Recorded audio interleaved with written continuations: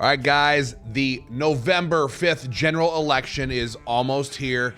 And in your House District 48B, gun voters have a choice to make. Your current state representative, Lucy Rehm. We've been getting a lot of questions about Lucy, and we're going to give you all the details on what she did and didn't do when she was in office. All right, so first thing we're going to kick this off with is her actual voting record. Now, she says she's a moderate, right? But she's not a moderate. She's as far left as it comes because she voted for red flag gun confiscation laws in 2023. This was Senate File 2909. You can see it right there. And red flag laws do not save lives, they annihilate constitutional rights. We didn't need a red flag law because we already have laws on the books that make it so that if somebody is a threat to themselves or others, they can be held for 72 hours for an evaluation. We didn't need this, but she voted for this anyway to have guns taken away from law-abiding citizens. Next, she voted for Senate File 2909, same bill, was for universal gun registration. This is universal background checks, a de facto gun registry for gun owners in our state, making it illegal for you to sell a shotgun to your best friend, lifelong friend, without going through a background check and putting their name and your name on a government list. It is ridiculous. And more than that, in all these shootings that have happened across our country with crazy people, many of them hopped up on SSRIs, they're either going through a background check successfully or they're bypassing it altogether. So this was a feel-good, nonsense law designed to make some people feel like our laws are tougher and now we're a little bit safer, and it's pure nonsense. This is tyranny. Then she voted for forced gun lockups. This is just this year. House File 4300. She wanted to make it illegal to have a gun anywhere but locked up in your safe. A safe that Lucy Rehm has to approve of.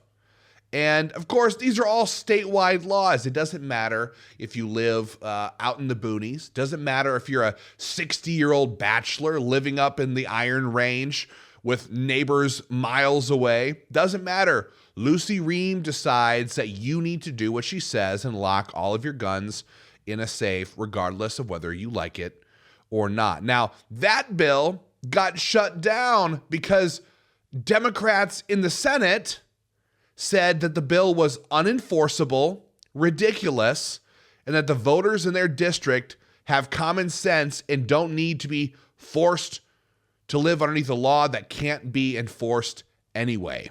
So Democrats in the Senate showed a little bit of common sense that Lucy Rehm absolutely does not have.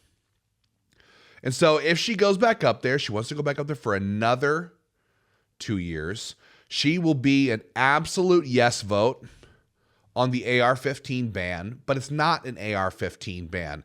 It's a ban on hundreds of different rifles and some shotguns, hunting rifles, the whole thing. So if your mind is going, oh yes, weapons of war need to be off our streets, that's not what we're talking about. She's talking about a ban on hunting rifles, common accessories that people have, common firearms, including the AR-15, hundreds of others.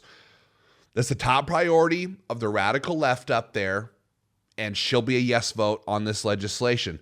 She supports magazine bans. They want to ban standard capacity magazines, 30-round magazines, 20-round magazines. They want to ban 10-round magazines and bring us back to 7 rounds, which would make a whole bunch of pistols illegal. And they want us to go back to revolvers, which, as everybody knows, are much, much, much less safe to shoot than a standard modern pistol. But that's what they want, and they're going to do that by banning magazines in our state. And then finally, the number one of the major issues that the left is trying to pass is ammo registration. It's moving in states like New York, California, and others. And this is exactly what it sounds like. You walk into a Walmart, you go over to the hunting section, you ask for a box of 22 shells, which is entirely overpriced. And in order to get that ammo, you have to fill out a government form telling Keith Ellison that you bought the box of ammo. So they will immediately start making a giant list of who owns what ammo, how much do you have, and they'll decide if that's okay or not. And if they can't, well, that's the thing about Keith Ellison is he signed his name to a letter just last year saying that we need to ban certain types of ammo, 5.56, 223, called them military rounds, which is preposterous. It's the most common rifle round probably in the world, certainly in America. So he wants to ban the ammo, but if they can't get it banned, Lucy Rehm is going to help him at least make sure everybody has to register their ammo. It's insane. This is not Minnesota. These laws that have been passed, these laws that they want to pass, have nothing in common with our state, the common sense that we have, the sports background, the hunting background that we have. This stuff is totally incongruent. But they're going to ram this crap through, and Lucy Rehm wants to help them. And that's why Lucy is an absolute enemy of the Second Amendment and will help torch it if she goes back up to the Capitol in St. Paul. And that is why Lucy has earned herself a big, fat F rating with Minnesota gun rights and our members and our supporters. Again, there's 2 people on the ballot on November 5th.